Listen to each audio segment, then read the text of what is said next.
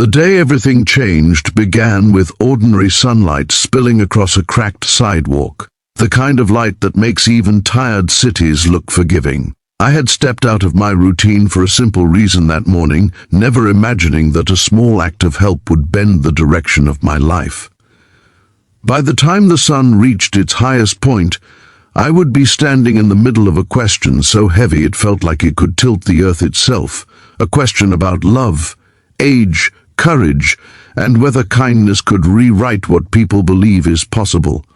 Before the story truly begins, if you believe in kindness, in second chances, and in the quiet power of doing the right thing even when no one is watching, please take a moment to like this video, comment your thoughts, share it with someone who needs hope, and subscribe to the channel Kindness Touch. Your support helps stories like this reach hearts that need them. My name is Aariz, and at 27, my life was balanced on practicality. I worked mornings at a community library and afternoons delivering documents for a small legal office downtown. It was not a dream life, but it was honest. And honesty mattered to me because I had grown up watching my father rebuild himself after mistakes that nearly broke our family. That morning, while crossing a small public park on my delivery route, I noticed a woman struggling near a bench beneath a neem tree. The sun was bright, the air warm, and people passed without slowing. She was trying to lift a heavy cardboard box that had split at the bottom, spilling folders and groceries onto the grass. Something in her posture, the way she paused to catch her breath, made me stop. She was older, clearly, with silver threaded through dark hair pulled into a neat low bun. Her clothes were simple but clean, a light blue kurta and comfortable shoes, the kind chosen by someone who valued function over display. I knelt and began gathering the scattered items, stacking them carefully, feeling that familiar, quiet satisfaction of helping without expectation. When I finally handed the box back, reinforced with tape from my bag, she smiled with gratitude that reached her eyes. The smile lingered longer than politeness usually allows, and in it I sensed relief, maybe even loneliness, though I could not yet name it. Her name, I learned from a label on one of the folders, was Samira Nadeem. She was 56 years old and ran a small daytime literacy center for women who had missed formal education. The box had been filled with lesson plans, notebooks, and donated supplies. She thanked me again and insisted on walking together to the center, which was only a few blocks away. The building was modest, sunlit through wide windows, with hand-painted signs and potted plants lining the entrance. Inside, laughter and focused murmurs filled the air, the sound of women learning to write their names, reading aloud in careful voices. The scene warmed me in a way my routine never had. I began stopping by during my lunch breaks, at first only to help carry supplies or fix small things like a jammed cabinet or a flickering light. Everything happened in the clear light of day, ordinary hours where nothing secretive could hide. Over time, Samira and I fell into an easy rhythm of shared purpose. I watched her teach with patience that seemed endless, correcting mistakes gently, celebrating progress like it was gold. She moved through the room with confidence earned through years of quiet struggle, and though she rarely spoke about her past, it showed in the way she valued independence and dignity above all else. My co-workers teased me lightly for spending breaks there, but I brushed it off. I told myself it was just help, just kindness. Yet something shifted inside me. I began to look forward to those hours, to the way Samira's presence steadied the room, to the calm strength she carried. She noticed when I looked tired and handed me water, reminded me to eat, asked about my family with genuine interest. There was no flirtation, no crossing of lines, just a growing sense of being seen. The challenge arrived quietly, as life's most difficult moments often do. One afternoon, the center faced closure due to a sudden funding cut. The notice arrived stamped and official, delivered under the same bright sun that had always felt kind there.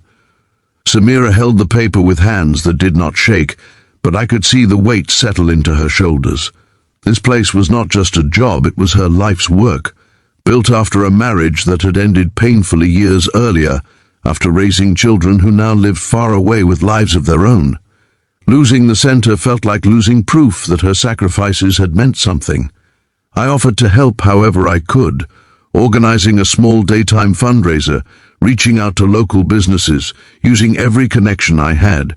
We worked side by side for weeks, fueled by determination and shared hope. The community responded slowly at first, then more generously as stories spread. Watching Samira accept help with humility was humbling itself. She never begged, never dramatized.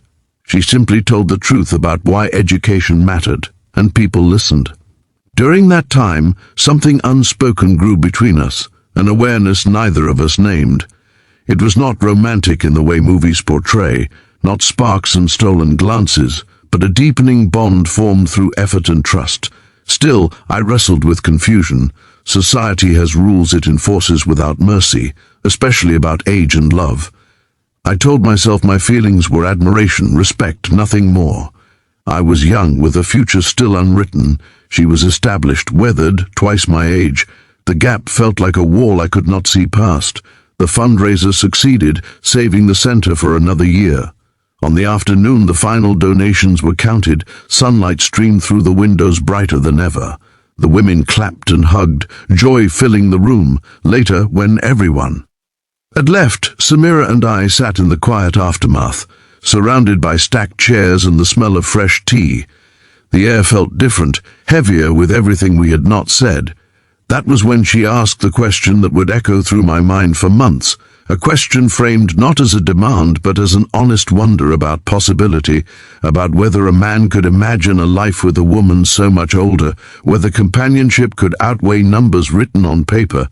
She did not speak dramatically. She spoke with vulnerability that took my breath away. There were no promises in her eyes, only curiosity and a trace of fear, as if she was stepping onto thin ice and ready to accept if it cracked. I did not answer then. I could not. I left that day under the blazing afternoon sun, my thoughts tangled. For weeks I avoided the center, ashamed of my confusion.